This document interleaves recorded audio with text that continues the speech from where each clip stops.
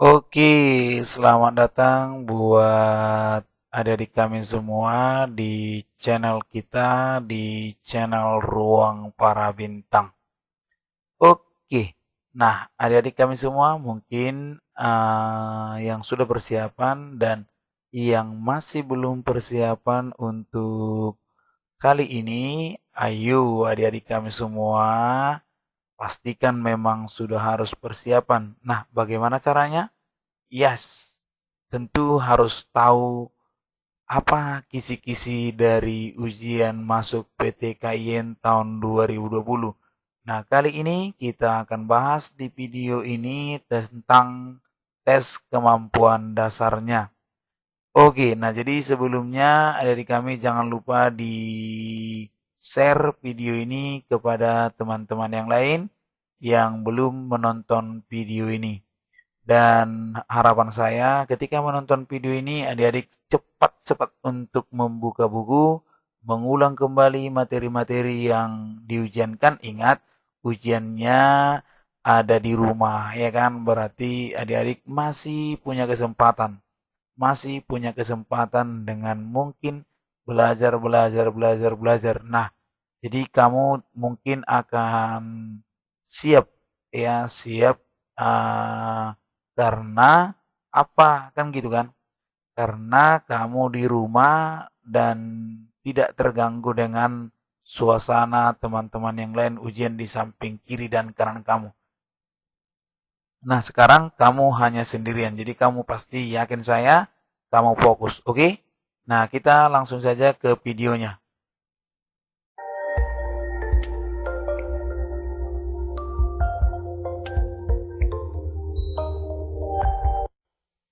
Oke, selamat datang di channel YouTube Ruang Para Bintang. Oke, kali ini kita berjumpa lagi di channel ini. Kita akan bahas bagaimana cara adik-adik untuk kembali untuk mengisi data-data di UMPTKIN tahun 2020.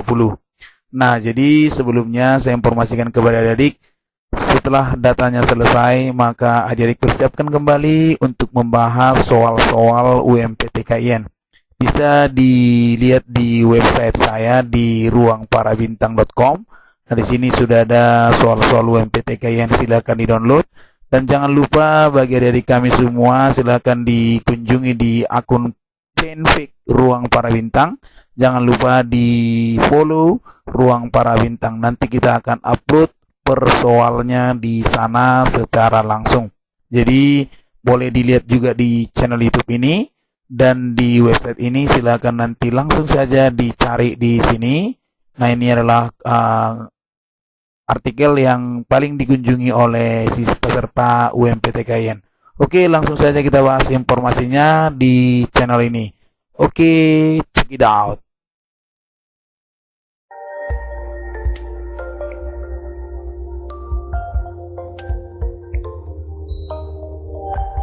Nah, di sini kita langsung saja ke TKP ya. Kita langsung masuk di TKP-nya. Maksudnya TKP-nya ini ke lokasi gitu ya. Oke. Nah, untuk adik-adik mungkin di ujian UMPTKIN, adik-adik harus paham ada kelompok ujian UMPTKIN ini terbagi menjadi 3. Nah, yaitu tes kemampuan dasar TKD ya, disingkat TKD, terdiri dari tes potensi akademik, bahasa, dan keislaman. Kemudian ada tes kemampuan bidang IPA. Adik-adik kami semua pasti sudah tahulah ya. Ada tes kemampuan bidang IPS. Nah, jadi kalau nanti dia IPA berarti dia lihat IPA ya kan. Kemudian kalau lihat yang IPS berarti nilai dari TKD dengan IPS yang diperhatikan. Kalau untuk jurusan IPA berarti yang diperhatikan adalah TKD dan nilai IPA-nya. Oke. Nah, jadi mungkin saya coba ingatkan lagi buat adik kami semua, untuk pendaftaran atau pembayaran memang sudah lewat, terakhir hari itu tanggal 5 Juli 2020. Cetak kartu tanggal 19 Juli sampai 17 Juli 2020. pelaksanaan ujian tanggal 3 Agustus sampai 10 Agustus 2020. Nah, jadi akan mulai tanggal 3 Agustus nanti, tapi dari rumah. Nah, jadi mungkin adik-adik kami semua sudah melaksanakan SSE sebagai uji coba ya kan. Nah, jadi tanggal 3 sampai 10 Agustus sekitar seminggu lah. Jadi pengumumannya tanggal 24 Agustus. Nah, inilah yang paling ditunggu-tunggu oleh adik kami semua. Karena di sini pasti berharap adik-adik akan menang ya kan. Pastinya dong ya kan. Nah, jadi inilah yang kita doakan terus sampai tanggal 24 Agustus. Memang intinya ketika kita sudah ujian adik-adik kami semua, maka kalian haruslah berdoa sepanjang waktu. Jadi harus memang kita panjatkan kepada Tuhan Yang Maha Kuasa, doa kita supaya adik-adik kami semua bisa lulus di UMPTKIN tahun 2020 ini. Setuju ya? Setuju ya kan? Nah, kalau setuju berarti katakan amin ya kan, mudah-mudahan lulus ya. Nah, oke. Nah, jadi ini penting buat adik kami semua, jangan lupa ya kan pengumumannya ujian, apalagi ujiannya, perhatikan sesinya ya, jangan lupa adik kami semua ya, sesinya diperhatikan. Nah, sekarang kita lihat dulu untuk soal TKD, tes kemampuan dasar ini sekitar 110 soal. Ini kita berdasarkan ujian UMPTKIN di tahun-tahun sebelumnya lah. Nah, untuk TPA, tes potensi akademik itu 35 soal, ya kan? Bahasa 20 soal. Nah, bahasa di sini adik-adik kami semua kan paham. Bahasa di sini ada dua, bahasa Arab dan bahasa Inggris. Nah, kemudian ada keislaman sekitar 45 soal. Nah, jadi paling banyak memang soalnya di keislaman ya. Jadi memang di sana yang paling banyak. Dan siapa yang paling banyak bisa menjawab soal ini memang kemungkinan besar dia lulus gitu. Matematika dasar hanya 10 soal, ya kan? Nah, jadi dalam waktu sekitar 120 menit ya. Jadi ada sekitar 120 menit adik-adik kami semua nanti mengikuti ujian. Nah, berikutnya kita akan coba bahas apa-apa saja yang keluar di tes potensi akademik TPA, yaitu 35 soal. Nah, di TPA saya akan coba bagikan bidang bahasa ada 18 soal. Nah, untuk bidang matematika dasar nanti bisa kita lihat. Nah, berdasarkan di tahun 2019 memang untuk tes potensi akademiknya ini kan ada yang bagian bahasanya. Misalnya sinonim ya kan, analogi ya. Jadi ada di sana. Nah, yang pertama adik-adik kami di sini ada namanya mencari tema pada paragraf. Ya, mencari tema pada paragraf, kemudian mencari makna dari dua buah kata yang ada pada paragraf. Nah, saduran bahasa Inggris atau bahasa Indonesia asli. Nah, bisa dikatakan mirip sinonim lah ya. Jadi ini ada di sini boleh adik-adik kami semua mencari tema paragraf tadi, mencari makna dari dua buah kata yang ada pada paragraf, saduran bahasa Inggris, misalnya contoh interaktif, ya kan, komunikatif, seperti itu. Atau bahasa Indonesia asli, ya tapi kita coba cari mirip sinonimnya lah. Nah, jadi sinonim seperti itulah makna, ya. Nah, berikutnya ada mencari kesimpulan dari suatu paragraf. Nah, ini hati-hati adik-adik kami semua. Karena paragrafnya panjang, maka kamu harus bisa menentukan kesimpulannya dari konteks itu. Jangan dibawa keluar ya dari konteks ya, dari paragraf. Berikutnya ada mencari makna dari 3 kata secara bersamaan. Nah, misalnya dalam satu paragraf atau suatu kalimat, di situ nanti ada bahasa-bahasa atau kata-kata penting. Nah, kamu akan disuruh mencari makna dari ketiga kata itu secara berturut gitu. Jadi 3 kata gitu. Biasanya kan satu kata atau 2 kata. Nah, ini 3 kata gitu. Jadi kamu harus mencari 3 kata yang memiliki makna gitu ya. Nah, berikutnya ada mencari pernyataan yang tepat. Mencari pernyataan yang tepat sesuai dari sumber. Jadi, apa yang dikatakan sumber nanti, misalnya di sumber atau paragraf yang memang sumbernya ada, Biasanya ada sumbernya memang sesuai dengan fakta yang ada gitulah. Jadi memang ada di cerita itu apa pernyataan yang tepat sesuai dengan sumber gitu. Jadi adik-adik memang harus kuasai di situ. Kemudian adik-adik boleh yang berikutnya ada namanya mengisi kata pada titik-titik dalam sebuah paragraf. Jadi ada nanti misalnya paragraf, maka adik-adik akan disuruh mengisi titik-titik untuk menyambung kalimat kata ke kata gitu. Jadi supaya tersambung dia menjadi kalimat. Jadi adik-adik memang harus memahami alur cerita dari kalimat tersebut, apa tujuannya gitu sehingga kita bisa menarik kesimpulan untuk mengambilnya dari jawaban ke paragraf tadi atau kalimat tadi yang kosong. Jadi ada titik-titik nanti gitu. Misalnya saya titik-titik ketika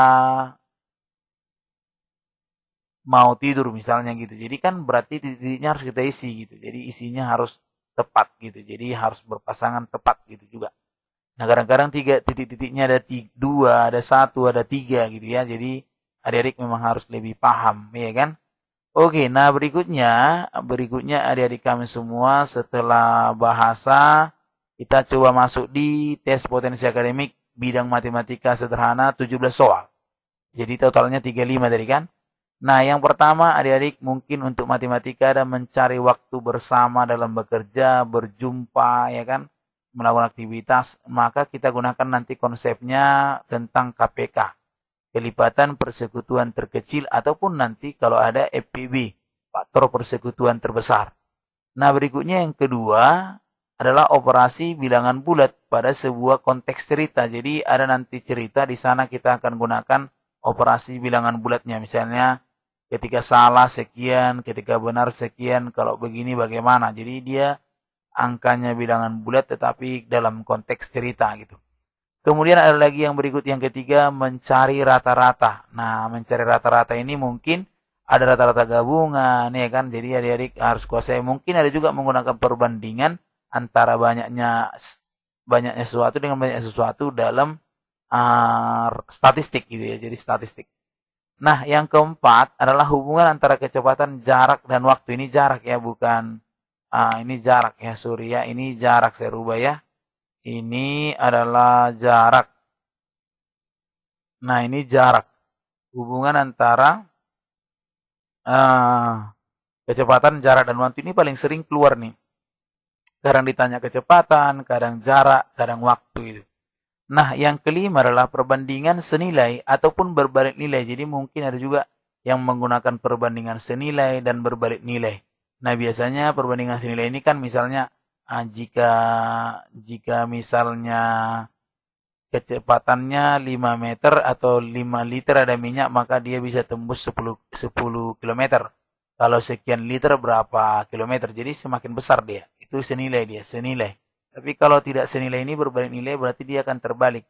Jadi misalnya kalau suatu pekerjaan dikerjakan 5 orang, disiapkan oleh 7 orang. Nah kalau misalnya mau disiapkan oleh, kalau mau cepat siap berarti kan orangnya bertambah gitu. Jadi harinya makin kecil, tetapi yang sananya besar gitu. Jadi terbalik nilai dia. Nah, ada juga yang berikutnya peluang kejadian atau peluang komplemen gitu. Jadi peluang kejadian atau peluang komplemen. Nah, bagaimana ini? Untuk peluang kejadian berarti ingat peluang kejadian itu kan PA sama dengan NA dibagi NS. Nah, peluang komplemen berarti 1 dikurang kejadian itu gitu. Jadi kalau misalnya peluang kita mencetak gol 3/4, nah berarti peluang tidak mencetak gol berarti 1 dikurang 3/4 gitu. Jadi 1 kurang. Ya, jadi dia konsepnya 1 kurang. Jadi 1 dikurang 3/4 berarti 1/4 gitu. Itu namanya peluang komplemen, tidak gitu. Nah, ada lagi yang berikutnya adalah hubungan kuantitas. Kuantitas misalnya kadang-kadang sama, lebih besar, lebih kecil, dan tidak ada hubungan. Misalnya X sekian, misalnya gitu kan. X sama dengan 16, X sama dengan X kuadrat sama dengan 16, kemudian X-nya 4, Y-nya 4, apa hubungannya gitu. Apa hubungan antara X dan Y, seperti itu. Nah, operasi bilangan berpangkat 2 dan 3. Nah, ini juga adik-adik harus kuasai. Ada juga dalam soal yang menggunakan pangkat 2 maupun pangkat 3. Contohnya misalnya 1 pangkat 2 tambah 2 pangkat 3 tambah 3 gitulah. Seperti itu. Jadi dijumlahkan gitu. Mungkin atau pun dikalikan gitu ya. Nah, masalah penggunaan kata dari. Misalnya dari ini penting. Misalnya 2 dari 3, ya kan? Atau misalnya 2% dari 30 gitu. Jadi darinya itu artinya di situ kali gitu ya. Itu juga penting. Kemudian yang ke-10 adalah eliminasi dan substitusi sederhana. Jadi ini paling paling paling banyak digunakan dalam soal-soal matematika. Karena apa? Karena memang kalau tidak paham substitusi maupun eliminasi ya sangat susah gitu ya kan? Nah, berikutnya ada namanya mencari nilai terbesar atau terkecil dan mengurutkan. Jadi kita misalnya ada pecahan, ya kan, ada desimal, ya kan, ada pecahan campuran, maka kadang-kadang yang terbesar, kadang-kadang yang terkecil, kadang-kadang kita urutkan dari terkecil ke besar, dari besar ke kecil, seperti itu. Mencari keliling suatu bangun datar. Nah, ini juga adik-adik harus ingat ada 8 bangun datar mulai dari persegi, persegi panjang segitiga, kemudian lingkaran, kemudian ada lagi trapesium, ada lagi layang-layang, ada lagi jajar genjang, ada lagi belah ketupat. Jadi seperti itu. Jadi harus dikuasai untuk rumus luas maupun uh, kelilingnya gitu ya, bukan keliling ya, keliling sama luas. Nah, berikutnya adalah menentukan perbandingan luas 2 atau 3 buah bangun datar. Jadi kadang-kadang kita disuruh menentukan perbandingan antara luas X dan luas Y ya. Jadi seperti itu. Jadi kita bandingkan dia. Nah, berikutnya ada juga yang di sini menentukan luas permukaan atau volume pada bangun ruang. Jadi ini harus dikuasai juga. Ada volume bangun ruang ada sekitar 7 ya kan, yaitu kubus, balok, prisma, limas, kerucut, tabung, dan bola. Jadi ada sekitar 7. Bangun datar 8, bangun ruang 7. Jadi totalnya 15. Nah, itulah untuk kisi-kisi pada matematika sederhana pada TPA, ya kan? Nah, berikutnya kita lihat tes potensi akademik bidang bahasa, tapi bahasa Inggris ada sekitar 10 soal. Nah, yang pertama mencari kesimpulan dari suatu paragraf sesuai. Jadi sama seperti bahasa Indonesia, tapi bahasanya bahasa Inggris ya. Nah, mencari makna dari 3 kata yang secara bersamaan. Nah, ini juga sama. Mencari pernyataan yang tepat dan sesuai dari sumber. Nah, ini juga penting. Mengisi kata pada titik pada sebuah paragraf. Nah, ini juga ada nanti soal-soal yang mengisi titik pada paragraf ya. Jadi di sini kita buat mengisi titik pada sebuah paragraf. Nah, berikutnya ada juga grammar. Grammar ini penting, misalnya penggunaan simple past, kemudian present, present continuous, dan lain-lain. Kemudian ada lagi satu lagi adik-adik kami yang harus kalian kuasai dalam bahasa Inggris, error recognition. Artinya ini, error recognition ini seperti ini contohnya. Jadi ini keluar di tahun 2019 seperti ini. Identify the letter of the, ini kan, identify the letter of the underlined word phrase that is not correct gitu. The decisions to maintain the extended holiday was made so that the government was informed of public order and security issues. Nah, jadi mana yang kita isi di jawabannya seperti itu. Oke? Nah, ini namanya error recognition. Nanti dibaca-baca lagi di YouTube ya kan, atau di mana, di Google pun boleh. Nah, berikutnya ini yang penting buat adik-adik, error recognition soal seperti ini. Nah, ada dia yang berikutnya bahasa Arab. Nah, di soal bahasa Arab ini ada sekitar 10. Nah, berdasarkan pengalaman atau yang saya tanyakan kepada siswa, nah, banyak siswa yang sangat tidak paham bagaimana membaca atau menjawab soal-soal yang menggunakan bahasa Arab. Nah, jadi kelemahan memang, dan kelemahan bagi siswa contoh SMA, IPA IPS, atau mungkin yang lebih tepat memang cocoknya misalnya madrasah, madrasah aliyah, ataupun yang paling jagonya misalnya pesantren. Jadi kalau misalnya alumni pesantren, iya pasti dia kemungkinan besar sangat mengerti dengan bahasa Arab ini. Nah, jadi kalau misalnya dia SMK mungkin karena jarang kan, artinya sangat sedikit mempelajari tentang bahasa Arab gitu. Di SMK maupun SMA, IPA, IPS ya. Bahasa juga. Tapi yang paling bagus memang dia yang alumni dari madrasah aliyah negeri maupun swasta, mas maupun man ya. Nah, tapi lebih bagus memang dia kalau dia alumni dari pesantren. Nah, ini pasti luar biasa nih. Nah, jadi ada 10 soal. Nah, jadi berdasarkan pengalaman banyak yang kurang dalam memahami menjawab soal ini. Ya, karena dia harus membaca dulu, mengartikan, baru kemudian menjawab gitu ya. Jadi karena soalnya pertanyaan maupun option dia menggunakan bahasa Arab, ya kan? Jadi agak susah. Nah, berikutnya ada tentang keislaman. Ada ini 45 soal. Nah, inilah soal yang paling banyak dan menurut saya ini sangat menentukan bagi adik-adik ketika meluluskan adik-adik pada UMPTKIN. Ini sangat penting nih. Jadi ya apa-apa saja yang paling banyak muncul di soal keislaman ini, akidah, akhlak, sejarah kebudayaan Islam, baru kemudian fikih. Jadi ini yang paling banyak muncul di sana. Jadi kadang-kadang misalnya kadang-kadang mengenai soal-soal sejarah kebudayaan Islam juga banyak di sana. Jadi kita harus memang membaca gitu kan. Nah, ini yang penting buat adik-adik kami semua untuk diketahui lah. Nah, berikutnya untuk ini, untuk yang terakhir 10 soal ada matematika dasar, ya kan. Jadi matematika dasar ini memang boleh dikatakan ini hanya kalau menurut saya, ya kan. Nah, kalaupun ini misalnya kurang bisa dijawab, berarti kan IQ-nya, ya kan. Tapi kalau karena ini UMPTKIN, jadi dia tak berfokus paling banyak dia ke agama gitu. Nah, yang pertama mungkin kisi-kisinya itu adalah logika matematik. Tolong adik-adik baca. Kemudian ada statistik. Ya, statistik itu rata-rata juga bisa min, median, modus. Kemudian ada pertidaksamaan maupun persamaan. Ada. Kemudian trigonometri, bisa nanti aturan sinus, aturan kosinus, seperti itu ya. Dua segitiga juga bisa. Kemudian ada juga eksponen dan logaritma, perpangkatan maupun logaritma ya. Jadi harus dipahami. Kemudian ada operasi bilangan bulat juga. Kemudian ada aritmatika sosial. Kadang ini bicara tentang untung, rugi, harga beli, harga jual.